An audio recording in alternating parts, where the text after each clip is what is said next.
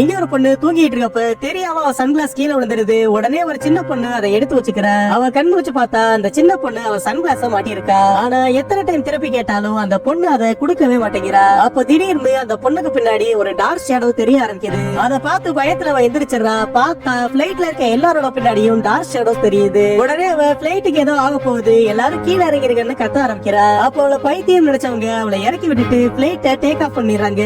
ஆனா அவ பைத்தியம் கிடையாது. அவளுக்கு சாப்பிடுறவங்க முன்னாடியே பாக்குற பவர் இருக்கும். அவ சொன்னது மாதிரியே பிளைட் டேக் ஆஃப் ஆன கொஞ்ச நேரத்திலேயே அது கிராஷ் ஆகி உள்ள இருந்த எல்லாருமே செத்து போயிடுறாங்க. அதுக்கப்புறமா போலீஸ்காரங்க அவளை விசாரிக்கிறதுக்காக கூட்டிட்டு போறாங்க. அப்போ சாக போறவங்களை என்னால முன்னாடியே பார்க்க முடியும்னு சொல்றான். இருக்க யாருமே அதை நம்ப மாட்டேங்கிறாங்க. அடுத்த நாள் ஒரு ஆபீசர் அவளை வீட்டுல வர்றதுக்காக கூட்டிட்டு போறான். அப்ப பிரிட்ஜ் மேல ஒருத்தர் நின்னுகிட்டு தற்கொலை பண்ணிக்க போறேன்னு எல்லாரையும் மிரட்டிட்டு இருக்கான். அவ பின்னாடி ஷேடோவை பார்த்த அந்த பொண்ணு அவன் சாக போறான்னு சொல்றான். ஆனா அந்த ஆபீசர் அதை நம்ப மாட்டேங்கிறான். பார்த்தா கொஞ்ச நேரத்திலேயே அவ சொன்னது மாதிரியே பிரிட்ஜ் மேல இருந்து கீழே போச்சு அவன் செத்து போயிடுறான்.